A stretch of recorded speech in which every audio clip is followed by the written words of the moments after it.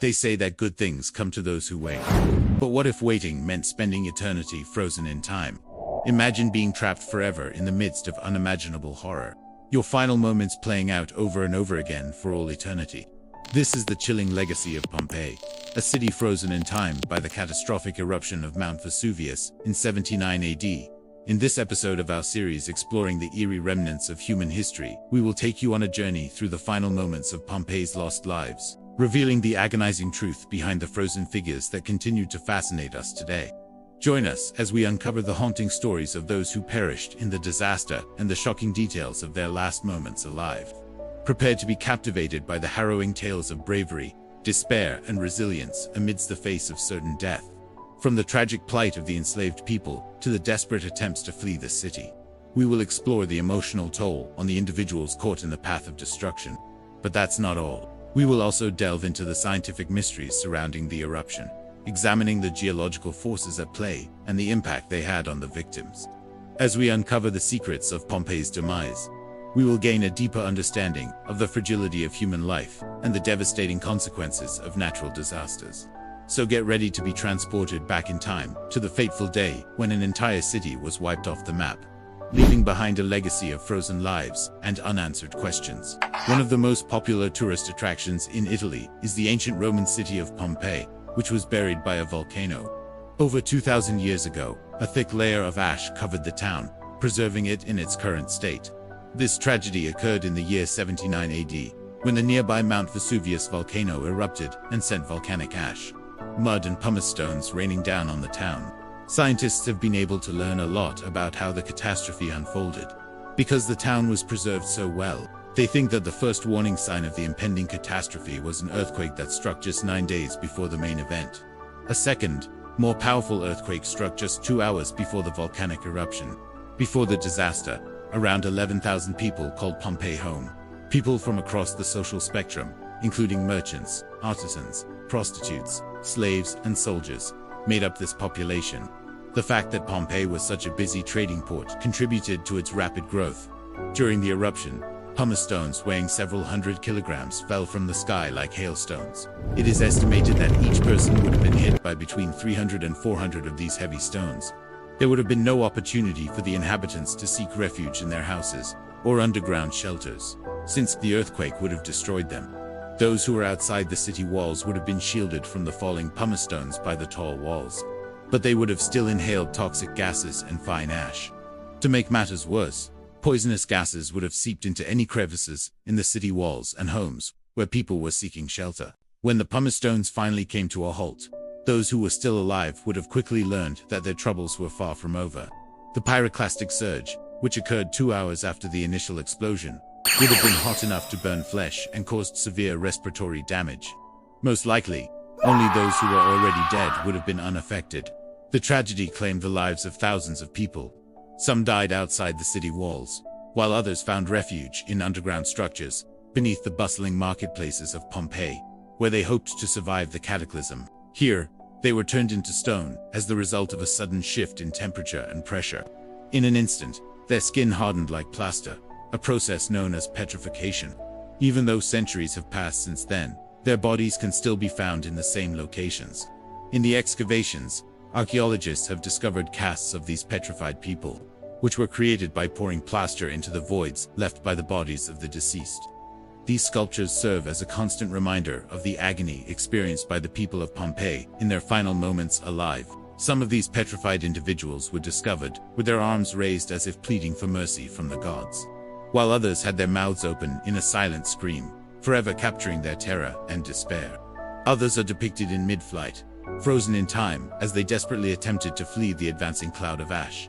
These sculptures are not just historical artifacts. They are also works of art that capture the humanity of the victims and the tragedy of their loss. A fast-moving cloud of gas and superheated air, known as a pyroclastic surge, engulfed the city of Pompeii, hot enough to incinerate flesh and burn away entire layers of skin. The temperature of this cloud reached 700 degrees Celsius. If you were unfortunate enough to be standing outside when this happened, there would have been nowhere to hide. You would have either been burned alive or suffocated on the spot. Even worse, some people may have become trapped inside buildings, which were then engulfed by the fiery cloud. These buildings were turned into blazing infernos as a result of the clouds' high temperatures. Anyone who sought refuge within their walls was trapped inside a furnace as the temperature rose to unbearable levels. Some people probably tried to flee their homes, only to be met with flames that blocked their path. Others may have succumbed to the poisonous gases released during the eruption, never knowing what hit them. But the heat was merciless, and anyone who did not escape quickly enough was met with agonizing burns that could have easily resulted in death. The majority of the population of Pompeii was made up of poor people who had little opportunity to improve their lives. Pompeii was a slave-based economy, and slavery was essential to its prosperity. Slaves were considered property rather than people, and had no rights. Slaves were subjected to inhumane treatment, and were frequently compelled to work to death.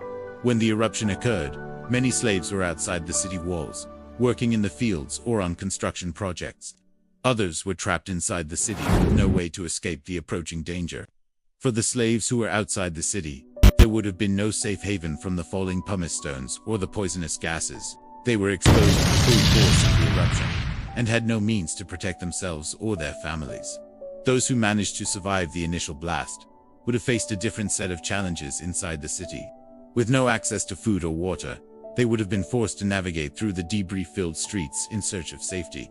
The wealthy citizens of Pompeii would have had the resources to flee the city or seek shelter in their homes. But for the slaves, there would have been no escape. They were trapped in a city that was about to be buried under a thick layer of ash and pumice stones. When the eruption hit, some slaves may have been able to flee to the countryside, but they would have been met with hostility from the local farmers, who would not want them spreading news of the disaster. Without documentation, slaves would not have been able to prove their identity or origins, and would have been suspected of being fugitives. Pompeii's residents, including the upper classes, began to flee the city as soon as it became clear that all was not well. Unfortunately, their efforts to flee were futile because they were confronted by a wall of fire that was moving at a speed of 100 kilometers per hour. Those who attempted to flee the city by going north toward Naples were turned back by the searing heat coming from the eruption, which completely engulfed the region. Those who opted to stay in Pompeii rather than risk the hazardous journey north probably made this decision based on the advice of trusted advisors. In the end, none of them survived. People's final moments are often spent making decisions that affect the course of their lives.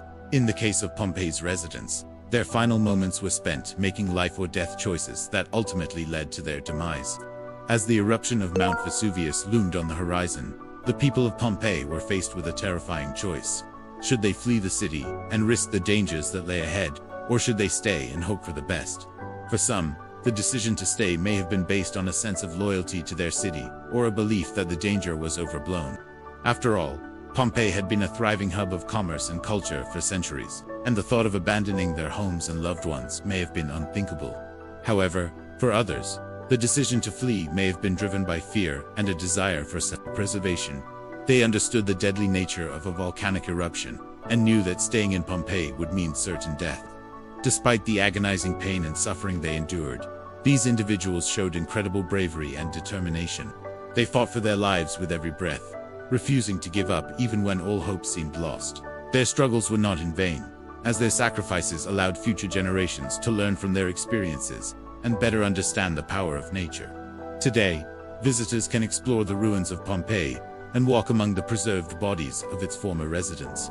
It is a humbling experience to stand in the shadow of Mount Vesuvius and contemplate the lives that were lost on that fateful day.